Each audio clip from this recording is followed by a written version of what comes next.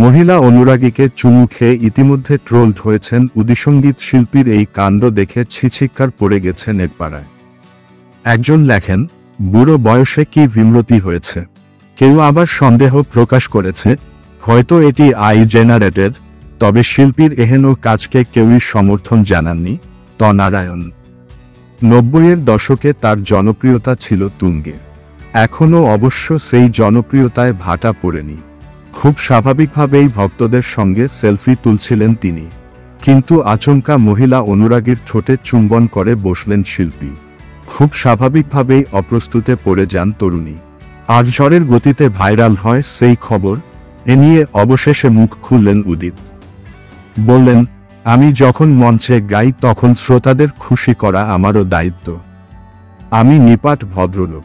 অনুরাগীরা আমার হাত ধরতে চায়, একটু ছুতে চায়, এর সব বিষয়ে বেশি মাথা না ঘামানোই উচিত। টিপ টিপ বর্ষা পানি গাইছিলেন উদিত। নিচে তখন বহু মহিলা ভক্তের সমাগম। সেলফি তোলাও চলছিল। সেলফি তোলাকালীন হঠাৎ উদিতের গালে চুমু খেয়ে বসেন ওই তরুণী। সঙ্গে সঙ্গে পাল্টা ওই তরুণীরা ঠোঁটের উপর ঠোঁট চেপে ধরেন উদিত। নারায়ণ সঙ্গীত শিল্পীর এই কাণ্ড দেখে ছিছিক্কার পড়ে গেছে নেটপাড়ায়। একজন লেখেন, বুড়ো বয়সে কি বিমূর্তি হয়েছে।